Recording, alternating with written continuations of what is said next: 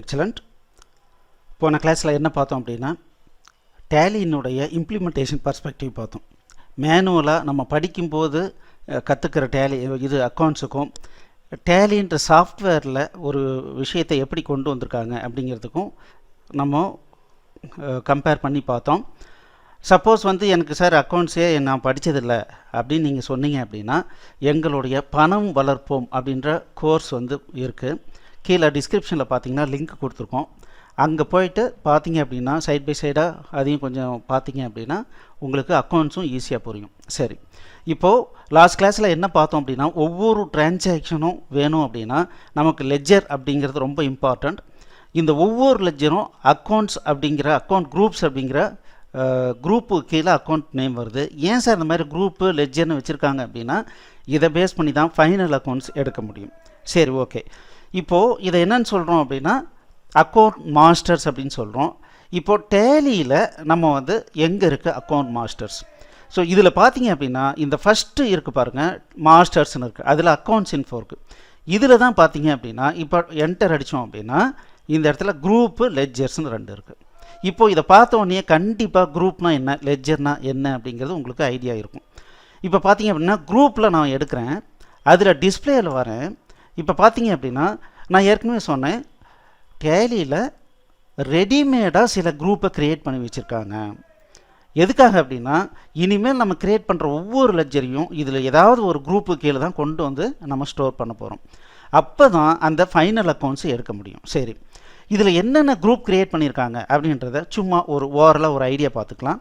Bank accounts அப்படின்னா இப்போது கண்டிப்பாக ஒரு கம்பெனி அப்படின்னாவே ஒரு பேங்க்கில் அக்கௌண்ட் ஓப்பன் பண்ணுவாங்க, அதுதான் பேங்க் அக்கௌண்ட்ஸ். அப்போது ஒரு bank account ledger name create பண்ணுறேன், state bank of India account அப்படின்னா அதை நான் எந்த குரூப்பு கீழே கொண்டு வர போகிறேன், பேங்க் அக்கௌண்ட்ஸு கீழே கொண்டு வர போகிறேன். இது பார்த்தீங்க அப்படின்னா ஓவர் கிரெடிட், அதாவது பார்த்தீங்க அப்படின்னா ஓவர் டிராஃப்ட் இது கிரெடிட் அப்படின்னு சொல்லிட்டு ஃபெசிலிட்டி இருக்குது பேங்க்கில், அதுக்கும் தனியாக அக்கௌண்ட்டு க்ரியேட் பண்ணிக்கலாம். அப்போ அந்த அக்கௌண்ட்டை க்ரியேட் பண்ணும்போது நம்ம இந்த கிரெடிட் அக்கௌண்ட்டாக இருந்தால் இதில் க்ரியேட் பண்ணலாம், ஓவர் டிராஃப்டாக இருந்தால் இதை இந்த குரூப்பு கீழே க்ரியேட் பண்ணலாம். பிரான்ச் ஆர் டிவிஷன்ஸ், ஒரு கம்பெனி இருக்குது 2-3 பிரான்ச் வழியாக சேல் பண்ணுறாங்க அப்படின்னா அதை என்ன அந்த ஒவ்வொரு பிரான்ச்சினுடைய நேமையும் பிரான்ச் ஆர் டிவிஷன்ஸில் கொண்டு வருவாங்க. கேபிட்டல் அக்கௌண்ட் அப்படின்றது யார் யாரெல்லாம் கம்பெனிக்கு இன்வெஸ்ட்மெண்ட் பண்ணாங்களோ அவங்களுடைய பேரை நார்மலாக கேபிட்டல் அக்கௌண்ட்டு கீழே கொண்டு வருவாங்க. கேஷ் இன் ஹேண்ட் அப்படிங்கிறதுல தான் ஆக்சுவலாக என்ன பண்ண போகிறோம் அப்படின்னா நம்மளுடைய கேஷ் அக்கௌண்ட்டை இந்த கேஷ் இன் ஹேண்டில் கொண்டு வர போகிறோம். அடுத்தது கரண்ட் அசட்ஸ், நம்மக்கிட்ட என்னென்ன அசட் இருக்குது. கரண்ட் அசட் அப்படிங்கிறது என்ன அப்படின்னா எதெல்லாம் லிக்விடாக இருக்குது, அதாவது மூவபுளாக இருக்குது, அதெல்லாம் என்னன்னு சொல்லுவோம்னா கரண்ட் அசட்ஸ்ன்னு சொல்லுவோம். கரண்ட் லையபிலிட்டி அப்படின்னா நம்ம யார் யாருக்கெல்லாம் கொடுக்க வேண்டியிருக்கு அப்படிங்கிறது கரண்ட் லையபிலிட்டி. டெபாசிட், நான் டெபாசிட் பண்ணியிருக்கேன், அதெல்லாம் பார்த்தீங்க அப்படின்னா அசட்டில் வருது, அப்போது அதெல்லாம் டெபாசிட்னு சொல்கிறோம். அடுத்தது டைரக்ட் எக்ஸ்பென்ஸ், டைரக்ட் இன்கம், இந்த 2 குரூப் இருக்குது. ஸோ நம்ம பார்த்தீங்க அப்படின்னா ஃபைனல் அக்கௌண்ட்ஸில் ட்ரேடிங் அக்கௌண்ட் அப்படின்னு ஒன்று சொன்னோம். அதாவது மெயின் பிஸ்னஸ் என்னவோ அந்த மெயின் பிஸ்னஸுக்கு சப்போர்ட்டிவாக சில எக்ஸ்பென்ஸ் இருக்கும், அதை தான் என்னன்னு சொல்லுவோம்னா டைரக்ட் எக்ஸ்பென்ஸு டைரக்ட் இன்கம்னு சொல்லுவோம். இதை என்ன பண்ணுவோம் அப்படின்னா அதாவது purchase sales direct expense direct income, அதுக்கப்புறம் ஸ்டாக்கு, இதை பேஸ் பண்ணி தான் என்ன பண்ணுறோம் அப்படின்னா நம்ம ட்ரேடிங் அக்கௌண்ட்டை க்ரியேட் பண்ணுறோம். அதுக்கப்புறம் டியூட்டிஸ் அண்ட் டேக்ஸஸ், நம்ம என்ன பண்ணுவோம் அப்படின்னா ரெகுலராக டேக்ஸை கலெக்ட் பண்ணிகிட்டே இருப்போம், ஆனால் உடனே பேமெண்ட் பண்ண மாட்டோம். அப்போது அதெல்லாம் என்ன பண்ணுவோம் அப்படின்னா டியூட்டிஸ் அண்ட் டேக்ஸஸில் அக்யூமுலேட் பண்ணிக்கிட்டே வருவோம். ஒரு மாதம் எண்டில் பார்த்தீங்க அப்படின்னா நம்ம எவ்வளோ ஆக்சுவலாக இதில் அக்யூமுலேட் ஆகிருக்கோ அந்த அமௌண்ட்டை கொண்டு போய் நம்ம இன்கம் டேக்ஸ் டிபார்ட்மெண்ட்டுக்கு இல்லை சேல்ஸ் டேக்ஸ் டிபார்ட்மெண்ட்டுக்கு என்ன பண்ணுவோம் அப்பப்போ பேமெண்ட்டை பண்ணிவிடுவோம். அடுத்தது பார்த்திங்கன்னா expenses Direct, expense indirect. Direct அப்படிங்கிறது ட்ரேடிங் அக்கௌண்ட்டில் வருது, இன்டைரக்ட் அப்படிங்கிறது ப்ராஃபிட் அண்ட் லாஸ் அக்கௌண்ட். அதே மாதிரி தான் இங்கே direct income, direct expense. Okay, இந்த நம்ம எக்ஸ்பென்ஸ் பண்ணுறது பார்த்தீங்க அப்படின்னா டைரக்ட் எல்லாமே எங்கேருந்து வருதுன்னா நமக்கு இதுக்குள்ளார வருது. இப்போ இந்த எக்ஸ்பென்ஸ் டைரக்ட்ன்றது எங்கே வருது பார்த்தீங்கன்னா நம்ம எக்ஸ்பென்சஸ் டைரக்டுக்குள்ளார வருது. அதாவது இது நம்ம ஏற்கனவே பார்த்தது தான், இந்த மேலே இருக்கு இல்லைங்களா, அந்த இதில் வருது. ஓகே, ஸோ டைரக்ட் இன்கம், அப்புறம் டியூட்டிஸ் அண்ட் டேக்ஸஸ், அப்புறம் ஃபிக்ஸட் அசட்ஸ். ஃபிக்ஸட் அசட்ஸ்ன்றது பார்த்தீங்கன்னா இப்போ நிலமாவோ அந்த மாதிரி எது எதெல்லாம் இருக்குது அதெல்லாம் பார்த்திங்கன்னா ஃபிக்ஸட் அசெட்ஸ். இப்போ பார்த்திங்கன்னா நம்ம வந்து ஏதாவது ஒரு இதில் வந்து டெபாசிட் பண்ணியிருக்கலாம். அந்த மாதிரி ஐட்டம்லாம் என்ன அப்படின்னா ஃபிக்ஸட் அசெட்னு சொல்லுவோம். இப்போ பார்த்திங்க அப்படின்னா ப்ராவிடென்ட் ஃபண்டு,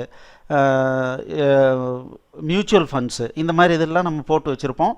அதை நம்ம எப்போ வேணாலும் நம்ம கேஷாக மாற்றிக்கலாம். அந்த மாதிரியான ஐட்டம்லாம் ஃபிக்ஸட் அசெட்டு. அதுக்கப்புறம் income Direct, income indirect. Income direct அப்படிங்கிறது இப்போ பார்த்திங்க அப்படின்னா ஒரு கம்பெனியினுடைய ஒரு ஆக்சுவல் இது என்னென்ன இருக்குது. இப்போ ஒரு பொருள் வாங்கி சேல்ஸ் பண்ணுறது, அது எப்படி வரும்னா டைரக்ட் இன்கமில் வரும். அதே பார்த்திங்க அப்படின்னா அது கூடவே ஒரு சர்வீஸும் பண்ணுவாங்க. அப்போ அந்த சர்வீஸும் எங்கே வருதுன்னா ட்ரேடிங் அக்கௌண்ட்டில் தான் வரும். அப்போ என்ன பண்ணுவோம்னா இன்கம் டைரக்டில் போகும். இன்கம் இன்டைரக்ட் அப்படிங்கிறது என்ன அப்படின்னா நான் என்ன பண்ணியிருக்கேன், அமௌண்ட்டை கொண்டு போய் பேங்க்கில் டெபாசிட் பண்ணியிருக்கேன். அந்த பேங்க்கில் எனக்கு ஒரு இன்ட்ரெஸ்ட் வருது, அதெல்லாம் இன்டைரக்ட் இன்கம். அது வந்து என்னுடைய பிஸ்னஸ் இன்கம் கிடையாது. அந்த மாதிரி இன்டைரக்ட் எக்ஸ்பென்ஸு, இன்டைரக்ட் இன்கம். இந்த மாதிரி இது எல்லாமே இந்த இன்டைரக்ட் எல்லாமே எங்கே வரும் அப்படின்னா ப்ராஃபிட் அண்ட் லாஸில் வரும். அதுக்கப்புறம் இன்வெஸ்ட்மெண்ட்ஸ், நம்ம எங்கேயாவது இன்வெஸ்ட்மெண்ட் பண்ணியிருக்கோம், ஒரு கம்பெனி எங்கெங்கெல்லாம் இன்வெஸ்ட்மெண்ட் பண்ணியிருக்காங்க. லோன்ஸ் அண்ட் அட்வான்ஸஸ், இப்போ பார்த்தீங்க அப்படின்னா ஒரு 10 எம்ப்ளாயீஸ் இருக்காங்க. அப்போ ஒவ்வொருத்தருக்கும் வந்து நம்ம ஏதாவது அட்வான்ஸ் வந்து கொடுத்துருக்கோம் அவங்களுக்கு, இல்லை லோன் கொடுத்துருக்கோம். அப்போ என்ன பண்ணுறோம், அதெல்லாம் இந்த லோன்ஸ் அண்ட் அட்வான்ஸஸில் கொண்டு வரும். லோன்ஸ் லையபிலிட்டி அப்படின்னா நம்ம கடன் வாங்கியிருக்கோம், ஒரு கம்பெனி கடன் வாங்கினது எல்லாத்தையும் லோன்ஸ் லையபிலிட்டின்னு சொல்லுவோம். அதுக்கப்புறம் மிஸ்லேனியஸ் எக்ஸ்பென்ஸ், இப்போ பார்த்தீங்கன்னா நான் செலவு பண்ணியிருக்கேன், ஆனால் அது செலவு இல்லை, அது என்கிட்ட அசெட். இப்போ பார்த்தீங்கன்னா ஒரு கம்ப்யூட்டர் வாங்கியிருக்கேன்னு வச்சுக்கலாமே. கம்ப்யூட்டர் என்னுடைய மெயின் பிஸ்னஸ் கிடையாது, கம்ப்யூட்டர் வாங்கி விற்கல, ஆனால் என்னுடைய உபயோகத்துக்காக நான் கம்ப்யூட்டர் வாங்கியிருக்கேன். அப்போ நான் அது மிஸ்லேனியஸ் எக்ஸ்பென்ஸில் போடுறேன், பட் அது அசெட்டாக என்கிட்ட இருக்குது. ஸோ இந்த மாதிரி பார்த்தீங்க அப்படின்னா இது எல்லாமே குரூப்பு க்ரியேட் பண்ணியிருக்காங்க. இது சப்போஸ் உங்களுக்கு வந்து அக்கௌண்ட்ஸ் படிச்சிருந்தீங்கன்னா இது ஈஸியாக தெரிஞ்சிடும். பட் நம்ம ஆக்சுவலாக அக்கௌண்ட்ஸ் தெரியல அப்படின்னா ஒன்றும் ப்ராப்ளம் இல்லை. இதில் ரொம்ப முக்கியமான குரூப்பை மட்டும் நம்ம தெரிஞ்சுக்கிட்டால் போதும்.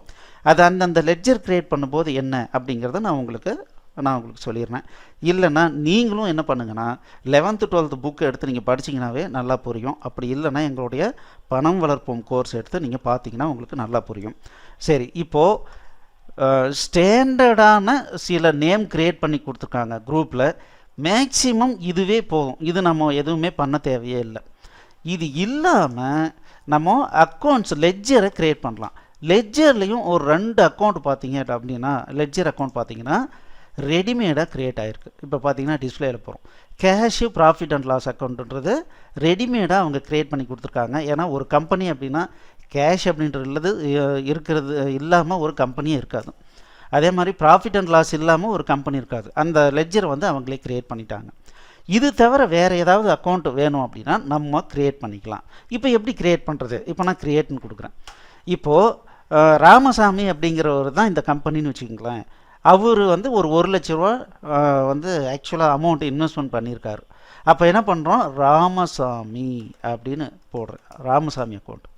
இது பார்த்தீங்கன்னா இந்த இடத்துல அண்டரில் பார்த்தீங்கன்னா இங்கே குரூப் அக்கௌண்ட்டை செலக்ட் பண்ணணும். எப்படி செலக்ட் பண்ணுறது, நீங்கள் சிஏ அப்படின்னு டைப் அடிச்சிங்கன்னா பார்த்தீங்கன்னா கேபிட்டல் அக்கௌண்ட் அப்படின்னு நமக்கு தெரியும். அதனால் சிஏன்னு அடித்த உடனே பார்த்தீங்கன்னா இது ரெண்டும் ஹைலைட் ஆகுது. இப்போது அப் ஏரோ டவுன் ஏரோ அடிச்சிங்க அப்படின்னா உடனே கண்ட்ரோல் இங்கே வந்துடும்.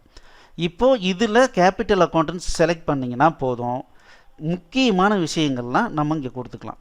இங்கே பார்த்தீங்கன்னா அலையஸ் அப்படின்னு கொடுத்துருக்கு. இப்போ ராமசாமி அக்கௌண்ட் அப்படிங்கிறத நான் ராம்ஸ் அப்படின்னு சொல்லி நான் வந்து ஷார்ட்டாக நியமிச்சுக்கிறேன்.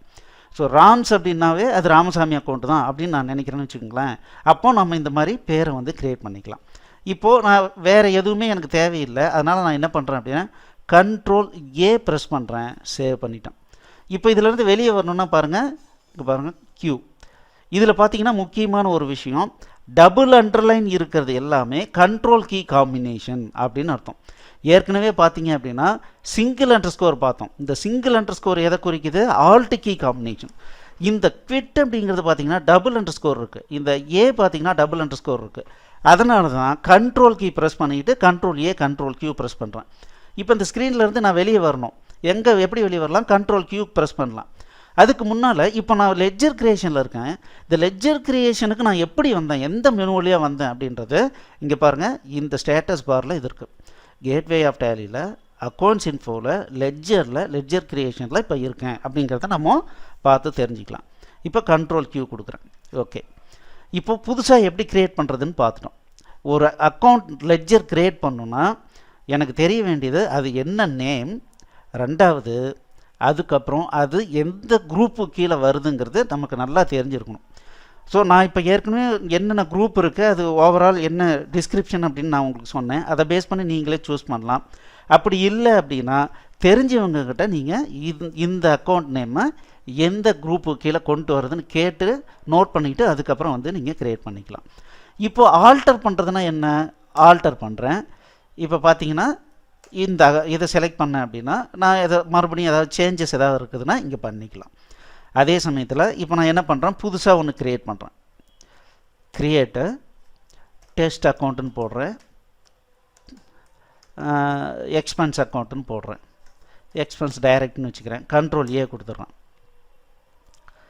Control Q. இப்போது இந்த இதை வந்து நான் டெலீட் பண்ணணும் சார்.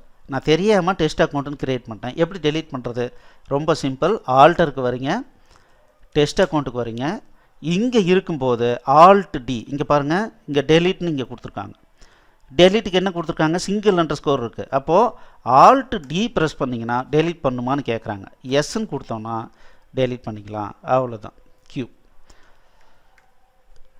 ரைட், இப்போது இந்த கிளாஸில் நம்ம என்ன கற்றுக்கிட்டோம் அப்படின்னு பார்க்குறோம்.